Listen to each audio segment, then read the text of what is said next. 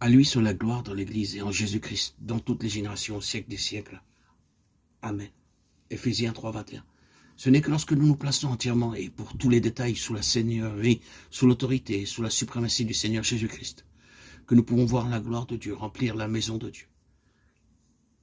Dieu ne peut pas être satisfait par des bénédictions temporelles et passagères. C'est pourquoi Dieu a attendu 140 ans, d'Anne à Salomon, jusqu'à ce qu'il pût ramener la gloire de Dieu dans son pays. C'est dans ce but précis qu'il fit d'Anne, de Samuel, de David et de Salomon, ses collaborateurs, ses compagnons dans son œuvre, en vue de ramener la gloire de Dieu. Et de nos jours encore, Dieu a besoin de ces 4 vases, de ces 4 instruments pour amener la gloire de Dieu. Il a besoin d'instruments comme Anne. Il a besoin d'instruments semblables à Samuel. Il a besoin d'instruments à la façon de David. Et aussi d'instruments qui ressemblent à Salomon. Nous avons déjà vu comment Anne fut amenée à devenir une collaboratrice et une compagne de Dieu, qui entra dans la préoccupation même de Dieu, au travers de beaucoup de peines, de chagrins, de souffrances et de douleurs. Au début, elle n'était préoccupée que de son propre besoin. Elle disait au Seigneur, regarde, aie pitié de moi.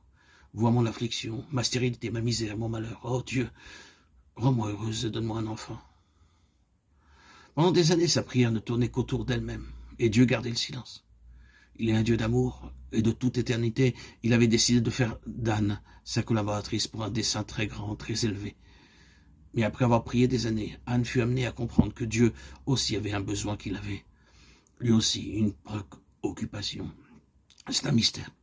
Comment se peut-il qu'un Dieu si grand, si puissant, dépende de toi, de moi, pour satisfaire un besoin qui est là en lui-même, dans son propre cœur?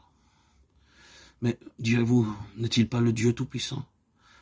N'a-t-il pas tout pouvoir pour se procurer à lui-même tout ce qui pourrait satisfaire son besoin? Comment peut-il avoir besoin de pauvres et faibles créatures comme nous? La réponse est simplement celle-ci. Son amour est un amour unique, c'est un amour éternel.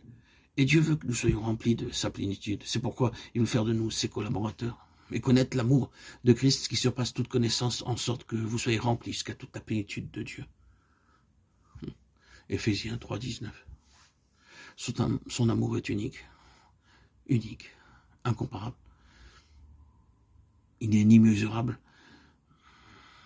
ni quantifiable. C'est l'amour divin, l'amour de Dieu, l'amour que nous avons reçu en germe par notre baptême, en recevant l'Esprit Saint. Cet amour qui nous est communiqué par son Esprit. Il veut que nous soyons remplis de sa bénitude, il veut que nous soyons remplis de cet amour, qu'il puisse animer notre quotidien, notre vie. Il désire que nous soyons remplis de toutes les bénédictions possibles et imaginables dans les lieux célestes en Jésus-Christ. Éphésiens 1, 3. Il est bien dit qu'il nous a bénis de toutes sortes de bénédictions spirituelles dans les lieux célestes en Jésus-Christ. Cela signifie que toutes les bénédictions, toutes, sans exception, dans les lieux célestes en Jésus-Christ, nous sont destinées à vous et à moi, chers frères et sœurs, bien-aimés en Christ. Chers auditeurs, auditrices, nous sommes aimés de Dieu. Et nous avons toutes les bénédictions qui nous sont offertes. Gloire à Dieu. Gloire à Dieu.